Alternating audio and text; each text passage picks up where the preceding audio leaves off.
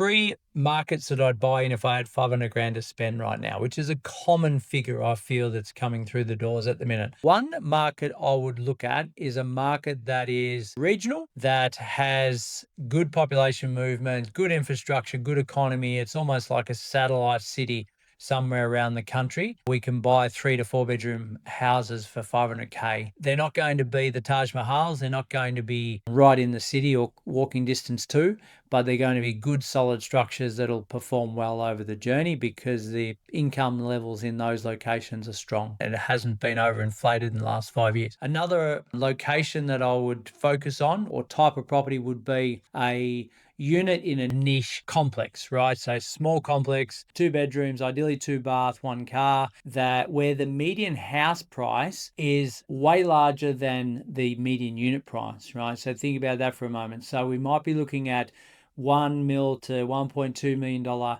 housing markets, but then there's a massive discrepancy between where the unit price is at and the house price. So we're sitting down at sort of that 500, 550 where we can get ourselves a nice niche unit in one of those locations. So that may be more coastal along the eastern seaboard or something like that.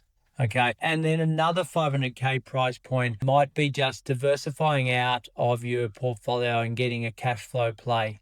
So it might be going and finding some sort of area where it might be smaller regional, very small regional, but it's got high yield. So it might even be multi-income. It might have 2 incomes associated to it. So it might be granny flat out the back, or it might be a dual lock structure, or it might be just small land size, but it's got a high yield. So what that'll do is it'll offset any sort of massive negative cash flow in your portfolio. So of course it does depend on what you've already got existing now, but if you're using equity to buy your properties with at the minute because you've had some good results on previous properties, then you need to be really careful of the cash flow. So that third one really ticks the box on that.